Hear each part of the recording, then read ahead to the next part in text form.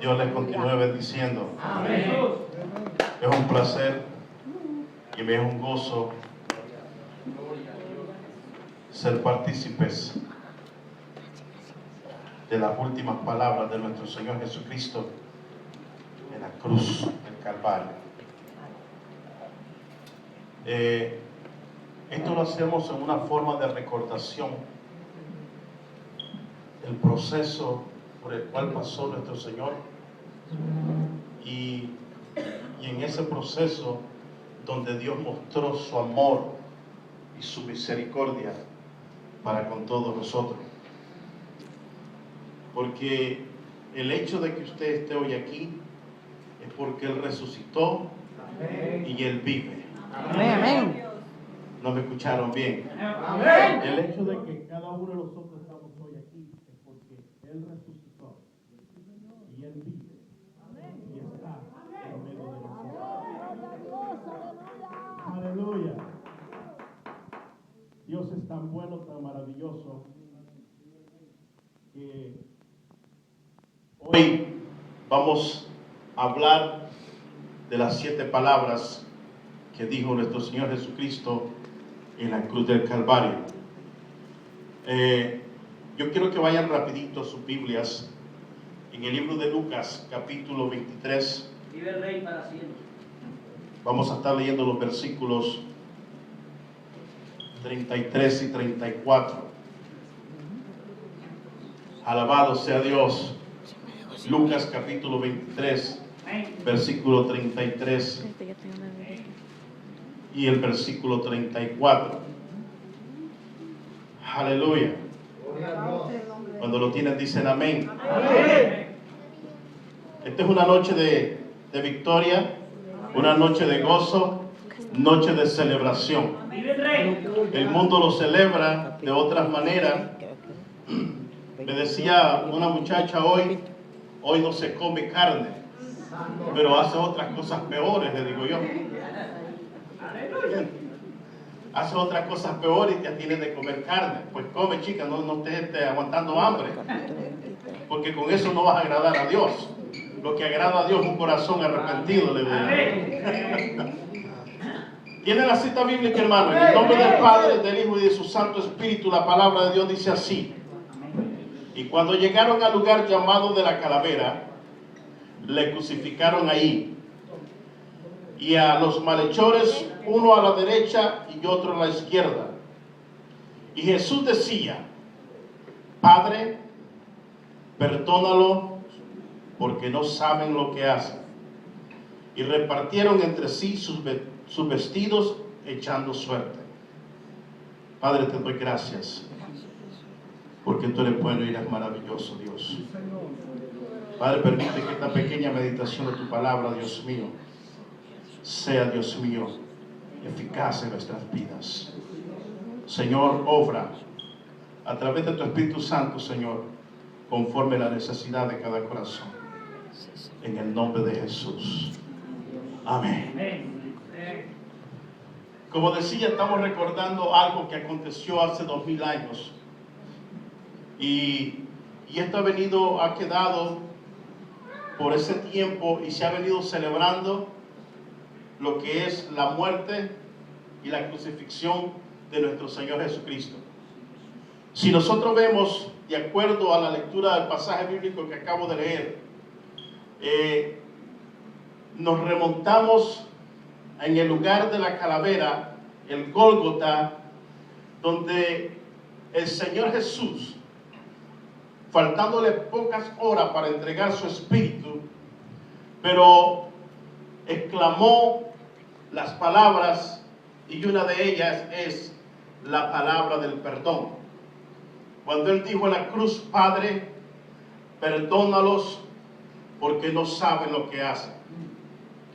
Y analizaba yo diciendo: ¿qué mal hizo Jesús para que lo llevaran al extremo de ser crucificado, ser clavado en una cruz?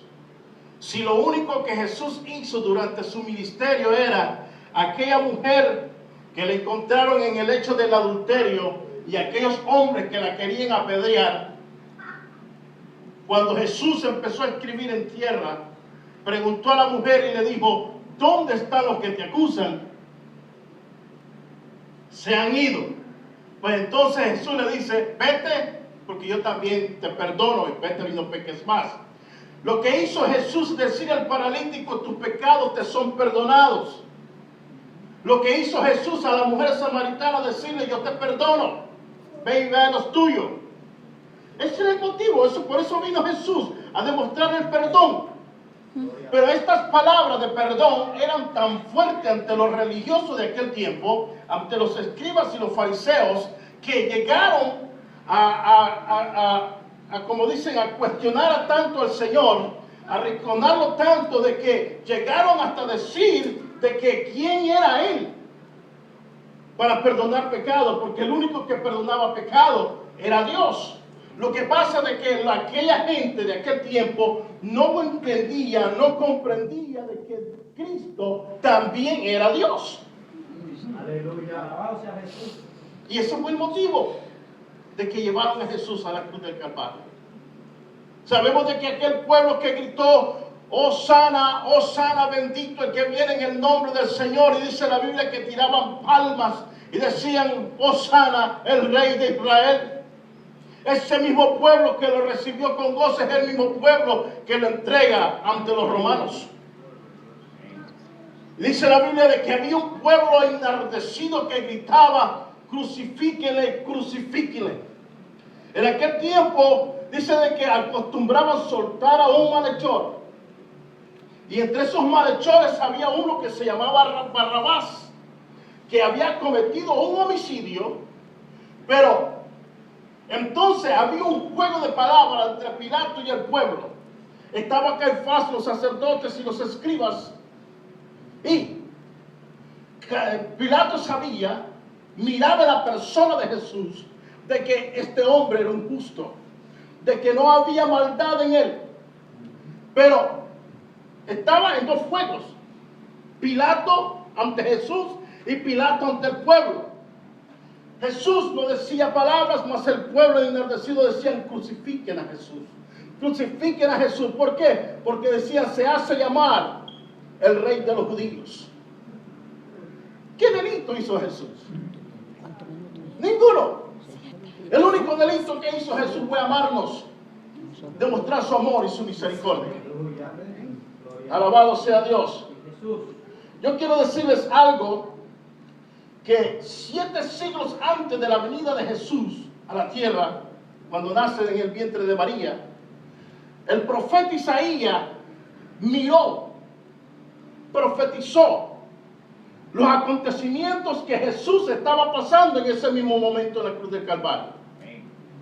Y dice, me parece de que fue una profecía, pero como una profecía visionaria.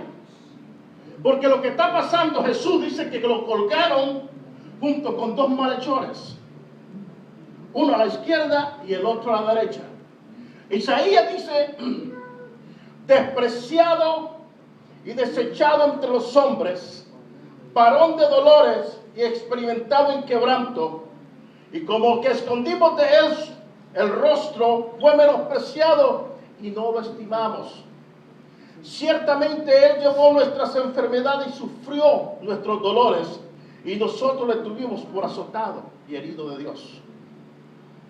Mas Él herido fue por nuestras rebeliones, molido por nuestros pecados, y el castigo de nuestra paz fue sobre Él, y por sus llagas fuimos nosotros curados. Esa fue la visión, esa fue la palabra profética del profeta Isaías, viendo a Jesús en la condición, aleluya, que estaba en ese mismo momento cuando él pronuncia la palabra, Padre, perdónalos porque no saben lo que hacen. Según los historiadores dicen de que cuando una persona era colgado, era sentenciado a la cruz, dice de que los que eran sentenciados a la cruz maldecían el día que nacieron, maldecían a los verdugos, a la familia, a toda su generación.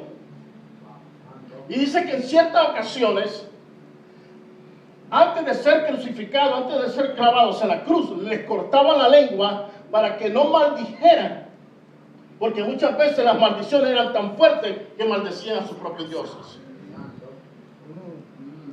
Me imagino yo que aquellos hombres, aquellos escribas, aquellos fariseos, Caifás, el sumo sacerdote, Pilato, los romanos, los judíos, quizás empezaron, quizás ellos, aleluya, estaban esperando escuchar gritos de maldición de la boca de Jesús. Pero más sin embargo, aquellos soldados romanos, al escuchar no un grito de dolor, no un grito de arrepentimiento, sino un grito de exclamación de lo más profundo de su ser, diciendo: Padre, perdónalo, porque no saben lo que hacen. No salieron exclamaciones de ira, no salieron exclamaciones de odio, sino unas palabras, aleluya, conmovedoras, que conmovieron al mundo entero, aleluya, en aquel tiempo, que era: Padre, perdónalos, porque no saben lo que hacen.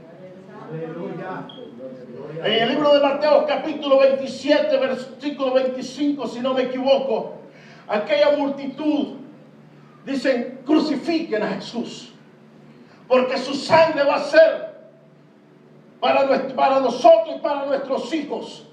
Esta gente habló sin darse cuenta, aleluya, de que la sangre de Jesús es por generaciones tras generaciones, aleluya, para perdón de pecado. No se dieron cuenta que esa palabra que ellos dijeron, esa palabra de la sangre, aleluya, la sangre de Jesús tiene un propósito. La sangre de Jesús tuvo un propósito. La sangre de Jesús tiene un propósito para nuestras vidas, aleluya, que es que nos redime, nos limpia, nos quita toda culpabilidad y nos trae, aleluya, ante la presencia de Dios, donde nosotros, aleluya, podemos sentirnos libres de todo peso, de toda carga, aleluya, porque por Él, aleluya, por eso Dios se entregó en la cruz de Calvario por nuestras vidas.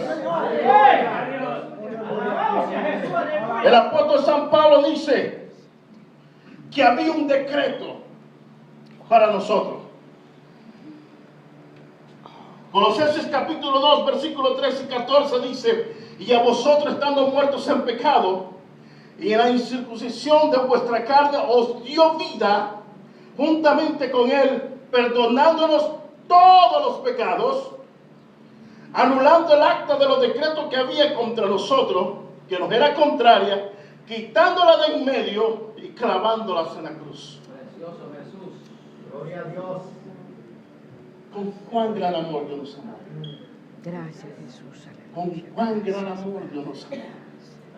Por eso el apóstol Juan dice: mirad cuán gran amor con cual Dios nos ha amado, que dio a su Hijo unigénito, aleluya, para que todo aquel que en Él crea no se pierda, mas tenga vida eterna. Lo único que hizo Jesús fue amar a sus enemigos. Lo único que hizo Jesús fue perdonar nuestros pecados, perdonar los pecados de aquella generación. Pero muchas veces la religión, muchas veces los dogmas establecidos por hombres no dejan ver la gloria de Dios. Muchas veces lo que se ha establecido en nuestro yo interior no deja, aleluya, ver la obra maravillosa que Dios quiere hacer en nosotros. La palabra del perdón es una palabra para mí, una de las 7 palabras, la palabra más fuerte y la palabra que tiene gran significado. Gloria a Dios. Si nosotros hoy en día llegáramos a reconocer la palabra perdón y perdonarnos a nosotros mismos primeramente, porque si nosotros nos perdonamos a nosotros mismos, entonces vamos a perdonar a los demás. Porque muchas veces venimos acarreando cosas del pasado que todavía están en nosotros, que necesitamos perdonarnos a nosotros mismos. Y cuando esto sucede, la palabra perdón, el perdón libera, el perdón, aleluya, rompe todas las opresiones que hay en el ser humano.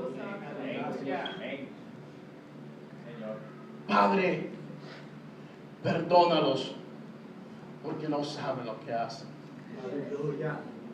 Dice la Biblia de que cuando ese momento estaba aconteciendo, los cielos empezaron a oscurecer el cielo se puso oscuro, porque el que estaba siendo crucificado no era cualquier hombre. El que estaba en la cruz junto a los dos malhechores era el Hijo de Dios. El que dijo un día Isaías, ¿quién irá por nosotros? Y él dijo, heme aquí, envíame a mí. Ese que, aleluya, que tomó el lugar que a nosotros nos pertenecía, y llegar a ese lugar, Él tomó el lugar de nosotros. Él tomó el lugar de nosotros. Dice la Biblia que no escatimó ni aún a su propio Hijo, sino que lo dio en rescate por nosotros. Alabado sea tu nombre, Jesús. Poderoso es Jesús. Dice Mateo 27, 25, respondiendo el pueblo dijo, su sangre sea sobre nosotros y sobre nuestros hijos. Este pueblo supuestamente echaron maldición sin darse cuenta que la sangre de Cristo es por generaciones tras generaciones y que la sangre de Jesús tiene un propósito.